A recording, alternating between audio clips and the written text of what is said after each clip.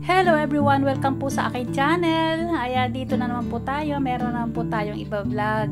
Ito po, papunta po kami ng palengke. At ito nakita namin dito sa may daanan.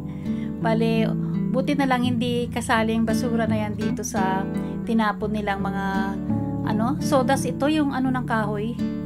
Ayan, yung pinag-anuhan ng kahoy. Pwede rin po ito siya sa mga tanim. Kaya kumuha ako dito. Marami dito pero dun sa mga tabi na ng kalsada. Ayan. Akala ko nga ito ay rice hull, yung pala sodas. Pero kumuha pa rin ako kahit na kalahati lang. Para pandagdag lang sa ng lupa. Pwede rin naman kasi ito. Pero hindi lang marami ang ilagay. Kasi hindi ko alam kung anong magiging epekto. Ayan, meron kasi akong bibili. Bibili ako ng tag dito. Yung kalamansi. May nabili akong kalamansi kaya ilalagay ko dyan. Malaki na yun. Siya, markot. 20 pesos lang. Malaki na, may bunga pa. Ganon. Kaya ito, naisipan kong ilagyan ng ganyan. Ito na po. Ito na siya. May bunga na siya. Mga ilang piraso ng bunga niyan. Ayan may ugat na. Kaya sabi ko, naku, wala akong kalamansi. Kailangan pa naman namin dito ang kalamansi araw-araw. Ayan, may kalamansi, isa, dalawa. Malaki na, ayan, marami na. Kaya sabi ko, 20 pesos lang. Parang bumili lang ako ng kalamansi. Pero, eto, titingnan natin ito kung mabubuhay. Kasi nga, eto. Pero may ugat May ugat na siya. Kaya, baka mabuhay to. Ayan, pero i-update ko lang sa inyo pag ito ay nabuhay na. Kasi hindi natin alam kasi nga 20 pesos lang. Sabi ko, bakit 20 pesos lang? Ito mura-mura naman. Kaya kinuha ko. Ayan. May ugat talaga siya. Ayan, sige, start tayo. Ito po yung yung paso dun sa tabi. Marami naman akong ganito na. Kaya ito na lang kukunin kung magiging ng ating kalamansi. Kasi marami naman ako ganyang tanim yung dito, luminous na snake plant. Alam niyo maganda yun pag tinamaan niyo ng araw, nagiging parang luminous yung kanyang gilid. Kaya nagtanim ako ng maraming ganun. Marami na ako Bali yung pot na lang kailangan ko. Kasi wala akong extra na pot na ganito yung paso. Meron ako pero mga plastic. Yan, yung mga plastic na pots. Kaya inalis ko na. Dadagdag ko na lang yan dito sa sa aking lupa. Itong lupa galing din diyan sa may pot na yan. Dadagdagan ko na lang. Kasi binibili ko pa rin yung lupa 50 pesos yung ganitong kalahati niyan. Kalahati ng sako. 50 pesos yun. Kaya medyo mahal din, di ba?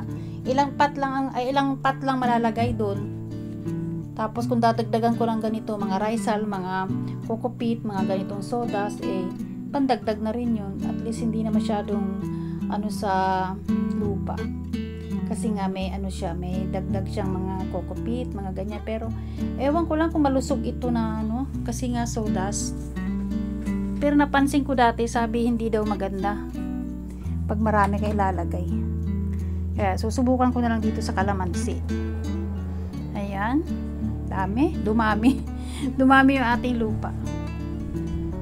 Ayan lang. Halo-halo lang. Mekos-mekos. Ayan yung mga pinag-aalis ko. Nasira kasi binunot ko. Wala na siyang ugat. Hindi ko na lang kasi marami na naman akong ganyan. Ayun. Lalagay tayo. Pero ito medyo magaan lang ito ng konti kasi nga nagpabuhag-hag yung ating sodas.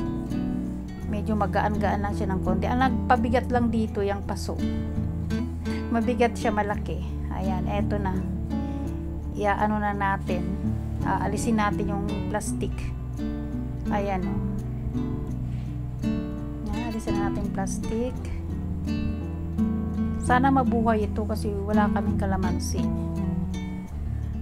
Kailangan namin dito sa aming sarsa house.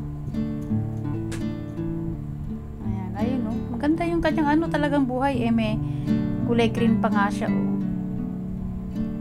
pero takala ako bakit mura siya. Yan, parang parang supot lang siya ng ice candy pinaglagyan, di ba? Pwede naman yung ganyan. Meron kasing ano guys, nagmarkot kami sa lemon. Merong nabibili sa mga online, yung ano mo na lang, itatakip mo na lang yung plastic.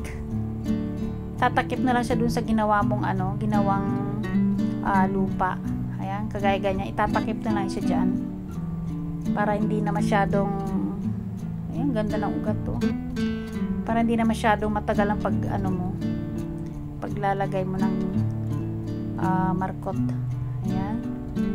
Ito na, nilagay ko na doon. Inalis ko yung plastic. Ang dami niyang ugat, diba? Sana naman mabuhay ito.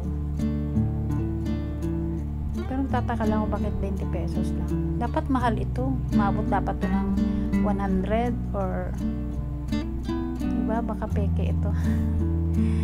Ayan, tingnan lang natin yan kung mabubuhay ba. Pero may ugat nga eh.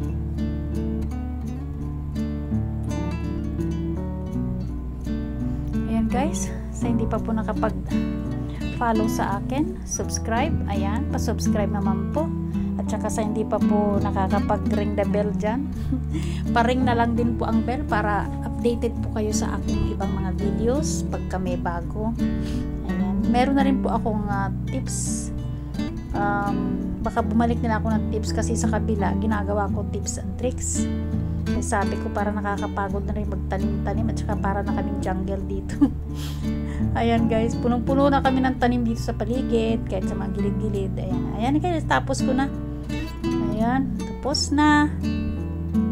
Ayan, please follow, like, and share. Subscribe and share po sa aking mga video. Salamat po. Maraming salamat po sa mga nanonood. Bye!